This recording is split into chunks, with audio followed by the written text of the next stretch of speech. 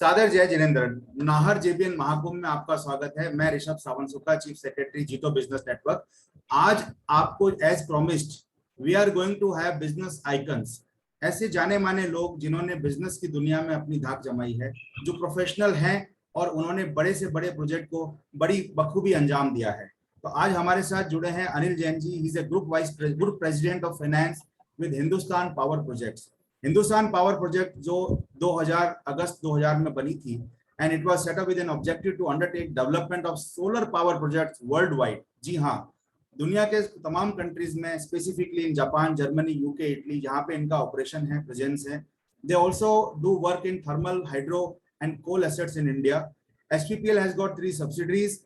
अनिल जी जो हैं वो सीनियर लेवल फाइनेंस स्ट्रेटेजिस्ट हैं with almost 27 year of rich and variety of experience across the gamut of financial activity. He has been awarded as CFO 100 Roll of Honor and Treasury 2015 with a winning edge in fundraising and capital restructuring initiative of excellence in treasury management. He has done both international and domestic road shows across the globe, meeting investors, community, massive shareholder wealth creation. Currently, he is spearheading the finance function of fundraising, both debt and equity. And thank you very much, Anil ji, for giving your valuable time for Nahar JBN Mahakumbh as a business icon. My pleasure. Anil ji, मैं आपसे कुछ सवाल करूंगा, कुछ personal होंगे, कुछ professional होंगे। मेरा मतलब सिर्फ यह है कि हमारे एग्जिबिटर्स और विजिटर जो महाकुंभ में आ रहे हैं, उनको पर्सपेक्टिव मिले, लाइफ में एक नजरिया मिले और एक फाइनेंस को समझने का एक नया एंगल आपसे मिले। तो सर ये बताइए कि जब ये 2008 की मंदी भी आपने देखी और 2020 का पेंडेमिक हम सबने देखा, शायद ये अपने आप में दुनिया में एक अद्भुत घटना थी। सब कुछ स्टैंड स्टिल हो गया था and large projects were also stuck for whatever reason, dryness of capital, man power not able to report. So लोगों ने सोचा अब क्या करें। स्टाफ की सैलरीज पे करना किसी के लिए मुश्किल हो गया, किसी का धंधा बिल्कुल ही बैठ गया, एंटरटेनमेंट इंडस्ट्री पूरी चली नहीं, अभी तक सिनेमा हॉल नहीं खुले हैं। तो ऐसे में as a finance professional, how did you manage the initial uncertainty of period? Sir मैं पहले 2020 की बात करता हूँ। Definitely in our life time this was quite unprecedented. I feel that none of us which are living on the globe right now have faced this kind of situation. The cash flows were completely dried.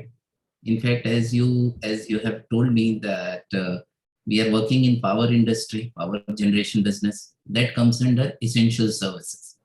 So in fact, we had a pressure from the government of India also not to keep the plant closed, because without electricity, our houses and our life cannot move. No internet. Internet also works on power. So for us, there was no closing. We had to continuously work. And in fact, there have been regulations.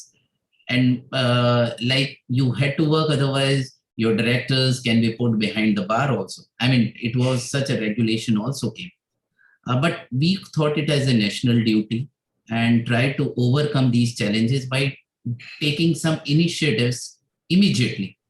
I would say that on 24th March, our Honorable Prime Minister announced this lockdown. And within 10 days, we came up with some ideas to work upon these, because we are required to continuously operate the plant. So what we did is, and our job was also difficult because in thermal power plant, we had to buy the coal from Coal India, who gives the coal on advance. And we get paid from the DISCOM on after a while, and during that time no consumers were paying electricity bills, so discoms were also not having money. So it was a very, very peculiar situation where you had to spend for your input and you are not able to realize anything for your output. So this has created a huge cash flow gap. So immediately what we did, we approached the government through our various power producer associations, gave them some good ideas. In fact, we switched on from advance payment to LC mechanism, which was not heard of in the country, convinced the ministry. When we had the meeting, then Mr. Piyush Goyal, who was then Minister of Coal, we convinced about all these challenges and all. And within 3-4 days, the government came out with some policies. So, and by 4th of April, we were out with that policies or the government initiatives. So the idea which I was trying to tell is that we have to act fast. And if you do not act, I think you will be in trouble. So this we did. Even simultaneously, we approached through Ministry of Finance for some reschedulement, for some necessary working capital arrangement, which they also did in a couple of days of time. So these were a couple of measures which we took immediately, you can say by in next 15 days, and we were out of the trouble. Until then, we have been working. Then post that, we have also been in discussion with ministries for our stuck up receivables. That Atmanirbhar, the famous Atmanirbhar scheme of Honorable Prime Minister, we would claim that we were also one of the contributor in terms of, you can say, showcasing or our problems and the challenges of the developer. Obviously, those things have come up. We have also helped the government in designing some structure, like in the power business especially. They roped in PFC and REC as one of the major financial institutions.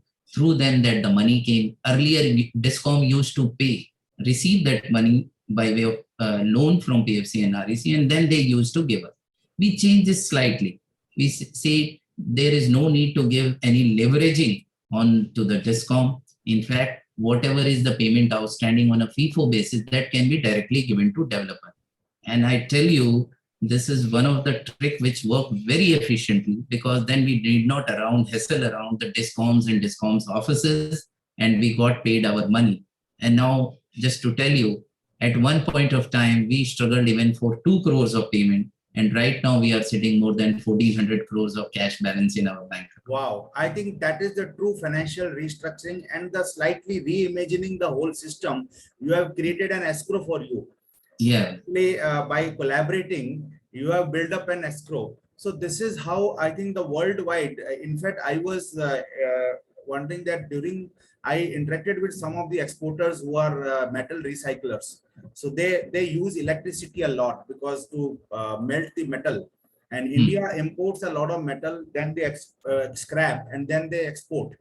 So I asked them that when you compute your incentive, are you calculating the hidden taxes cost in your coal, in your entire electricity? Because there is electricity duty that is not getting reimbursed to you. So they were surprised. They said, we have never done those calculations. I said, why you didn't do it? Because your transport also involves fuel. Fuel has got 50 to 60% duty and taxes. Each and every point you are actually, whenever you use energy in a larger parlance, there is a taxation involved, and that taxation is outside your GST. So I talked to one of the leading power companies managing director and asked him some ballpark numbers in terms of how much taxes are embedded in railway freight, how much taxes are embedded in fuel consumption, coal, this, that. And we realized that there is a huge money, huge cash flow, which could come to make our export competitive. Which we were not thinking, and we were saying, nahi saab, WTO allow nahi karta hai, ye nahi hota hai, wo nahi hota hai. We said, which WTO will stop you reimbursing your taxes? Nobody. I think the same point, I will endorse it further. Like in our business, we also pay a lot of taxes and duties. So since power is a highly regulated business, we approach the various electricity regulatory commissions and change the policies by moving the suitable petitions for inclusion of most of taxes and duties under change in law ambit. And that once that comes, we are allowed to be bill that to the DISCOM, and we are getting paid. So that is how we compensated ourselves in terms of our taxes and duty, which was otherwise not available. I think death and taxes, these are the two certainties in the world. So they will remain, but as a finance professional, we have to deal with them legitimately. We have to deal with them efficiently. So the supply chain tax efficiency is really a wonderful thing for this time, pandemic time. So sir, tell me, whenever you might be dealing with a lot of functional domain experts who might be a non-finance background, and you may have always, kind of a struggle to make them convince that this is important, this is not important, because they will follow their own. So silo thinking is whenever any large organization happens, people work for their own agendas, their own KRAs and KPIs. that time as a finance person, how you become a thread to take all the pearls into one necklace and ultimately make the investor happy? Yeah, see, actually, this is a problem. This is a common human psychological problem. People are very resistant to change. They always sit in their, you can say, comfort zone, and they always dislike at the first go for any change. So, what I realized is over a period of time, we should not really thrust upon in the first go. It has to be a little gradual process because you have to take them along. Otherwise, you can't really make it work. So over a period of times, we slowly, the way we start is we start showcasing the other, you can say, other companies in the same sector, how they are faring, how in terms of their technological advancement, which is keeping them little ahead of us, like that. Then we start convincing our people. Then once they also start realizing, then slowly we push them for a change. And of course, we had to have numbers and rounds of meetings where we are required to involve not only the senior management, sometimes board members, or sometimes you can say third party perspective in terms of consultants and all. And then it is a gradual process. Like I'll tell you, even like you worked in Oracle, I mean, people 20 years back, it was very difficult for convincing the people, and they were thinking it cannot be connected. We cannot have a common platform where all the functions of an organization can All be your project management, finance, back office, record to return, procure to pay, everything can be connected. Yeah. So I was in that steering committee, so I clearly remember those times with that question. So we had to had a lot of tough time. Yeah. So, but what I realized, we should not really give it up, and we have to keep on convincing people. And sometimes, even when the people are really difficult, you should be ready to take a hard decision to change the person. Yeah. So, because ultimately the goal is to make it work. So we should not really be complacent, or you can say, if we are friendly towards a particular colleague, let it go. Yeah, no, nothing like that. We have to be really focusing in. And I think ultimately it works and it gets done. So that is what the sector which you are in is a renewable energy. So nowadays it is being told that India has a huge demand for renewable energy. We have not tapped the agriculture sector fully. We have not tapped the various infrastructure which can be covered, which can generate power. Even people are talking that farmer can generate power. They can grow certain things like cassava and paprika and all, and green plastic can be made. Green energy crops can be grown. So with all those thrust for energy, because our electric vehicle will run with energy, our mobiles are running with energy. Ultimately, I think the agriculture also demand huge energy consumption to lift the water and irrigate the water and all those stuff. So how do you see that India will becoming Atmanirbhar in energy, and by when? Okay. See, I feel, we are a country which is progressing. Even the smaller percentage of a growth in terms of comparing to the other developing nations of the globe, it works really in numbers, in actual numbers, much more. Just to give you an example, I was reading somewhere way back in 2014. I mean, our urbanization in terms of number of people, 27 million people will get added every year, which is right now a population of Los Angeles. So, I mean, the city like LA, and the urbanization is happening. So the energy demand is going to be very high in our country. And in fact, if you look at, no wonder that we will be touching almost 2 lakh megawatt to 2.5 lakh megawatt in terms of energy requirement. Especially for this energy requirement, there has been an explosive growth the time this government has come. They have always been thrusting upon the solar energy. In fact, we realized this trend way back in 2010. We are the first company in India to work on the solar projects way back in Gujarat. But 2014 onwards, there has been a lot of thrust. There is an ambitious target of 175 gigawatt of solar renewables energies by putting it up. In 3 years back, I used to think like any other government target, this will also pass. But fortunately, nothing like that. Today morning, I was reading some newspaper. We have already achieved 100 gigawatt solar renewables. And for 75 gigawatt, the projects are under installation. And solar projects are typically 6 months to 1 year of installation. So by 2022, we will be achieving that target. And the government has kept this target tripled by 2030. It is actually a 450 gigawatt. And I'm quite hopeful the kind of growth that we are seeing, and it will happen for sure. And I see by 2040, like this solar renewable alone will form only 50% of our energy requirement. Wonderful. Because right now we are thinking over of electric vehicles. There are technology, there are people who are talking even on those car roofs, there will be some kind of solar panel in the future. Every rooftop we are hearing our home appliances like geyser, heater and all, they have already starting with solar. And for that, आप भी शिखर जी की यात्रा करते होंगे, वंदना करते होंगे, मैंने भी 2 साल पहले की थी. I saw many solar lamps on the pagdandis of that Shikhar ji. So this was the kind where it is unheard of, and it is being, I mean, even for the farmers, the solar pumps are being done.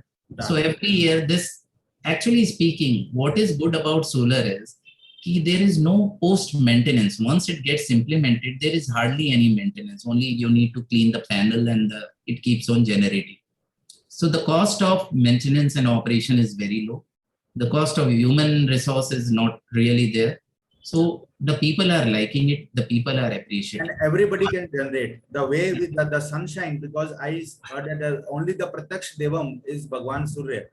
And we believe in sun in every or pious thing in the Indian ancient science of India, in Vedas also. The sun is considered to be the generator of food. The quality of life is also coming from sun. Whenever there is a cloud, we love cloud, but after 2-3 days, we start hitting cloud, because we need sun. Our plants, our human, our cattle, everybody needs sun. So if the sun is used for generating energy, and since I have worked in Ladakh, I can vouch that factor that Ladakh, why we could grow saffron, why we could grow 27 crops, because of sun, because the calorific value 2.5x, which create photosynthesis process very smartly. And that was the one of the secret, that in the barren land, in the cold desert, we were able to grow fruits and saffron and spices. And in fact, interestingly, one more thing which I would like to mention to you and your audience, the solar energy is really going to explode in our country. We are going through a change process, which is the storage. Right now, the biggest bottleneck that we as an industry player are facing, the storage of solar energy is very costly, the inverters and all. The industry and the research is going on to bring down the technology. I think in next 7 to 8 years, this technology will, the storage will also be very, very competitive, and it will reduce the cost also drastically for the panels and the inverters. And whatever we are paying, who knows, even the inflation may be anywhere, but we may be paying the same rate of electricity down the line 10 years. So it is really going to be really competitive. But Anil, after listening to you, I connect the dots with water, because as an agriculture projects, I work a lot on water. I was in Northeast 15 days ago, and I traveled 700 kilometers village to village. Every villager was saying that, sir, pani nahi hai. We are struggling for water. But then I realized, they have got 400 plus millimeter of rainfall. So big Brahmaputra river is there. They always face floods. So why they are struggling for water? Because when they need water, when the rain is not happening, they don't have water, because they are not able to store the water. Like we are not able to store the energy. So when we store the water, the throughout around the year water will be available. Number one, there will be no flood. So similarly, when we are able to store the energy, around the year energy will be available. So both water grid and energy grid and this highway grid, these are the three things which made me realize that the mathematics of $15 trillion is simple. I think right now it may be looking that $5 trillion economy as an ambitious target of the government, but I feel as the same point that we do not really believe in ourselves. We have a huge potential. In fact, if we are able to channelize our energy resources put together in a, you can say, timely and cohesive manner, 15 trillion are achieving the target is not that difficult even by 2014. Great, sir. And now, as a personal thing, how Anil Jain, as a finance professional, as a family person, how you manage and balance your time? Because today, in today's digital world, we call it 24/7. Sometimes some people they work 24 hours. Some people they feel that how do we work if we can't go to office. So there is a big mismatch. There is a imbalance. As a person, you are very cool, calm, composed. So I want to know the secret. See, the secret lies, I would say, couple of years back, I moved to the world of spirituality. In fact, I'm doing some bit of meditation and all. That is really helping me a lot in cooling down my thoughts, because otherwise some things or the other keeps on going in the mind. And that is really helping, number one. Number two, I would say the family is very supportive. My wife and my two children, they are also very nice. And nobody, we all know for sure, nobody can really grow in any field unless you are supported by your family members. So we really had a good family harmony in our homes. So that also, you can say, a big stress buster. And at times I do really my time management in a way, like when I go to my office cars, to offices through cars. So I do surf through my emails, and also that is a 45 minutes drive. So I use that time. And in fact, I really do not mingle around with my friends and other unless it is really critical during the weekdays. Only on weekends I have kept the day like weekend days for connecting with the socials and all that. And obviously, whenever I get a chance, social media, as it is very evident, or you can say newspaper reading. So I generally do not go through the entire content of that. Whatever is important, you just really pick and choose. So you have to really manage your time well to, you can say, to meet the requirement of your family, your children, your offices, and for yourself. So I'm trying to do in a way. I think what you have given your secret is very true. You said meditation. So it reminds me the war scene in Mahabharata when Lord Krishna brought Arjun in the middle of both the side, and Arjun said कि मैं अपना धनुष नहीं उठा पा रहा हूँ, मेरा mind fickle है, मेरा माइंड 100 की स्पीड नहीं 1 लाख की स्पीड से घूम रहा है, and I am thinking why I am fighting at all. I should give up. I should not even do fighting. That time, to control the mind, it was told in Gita by the Lord himself that the only two ways to control the mind, one is meditation and second is practice of meditation. So that reminds all of us that, whatever we go outside is all chaos.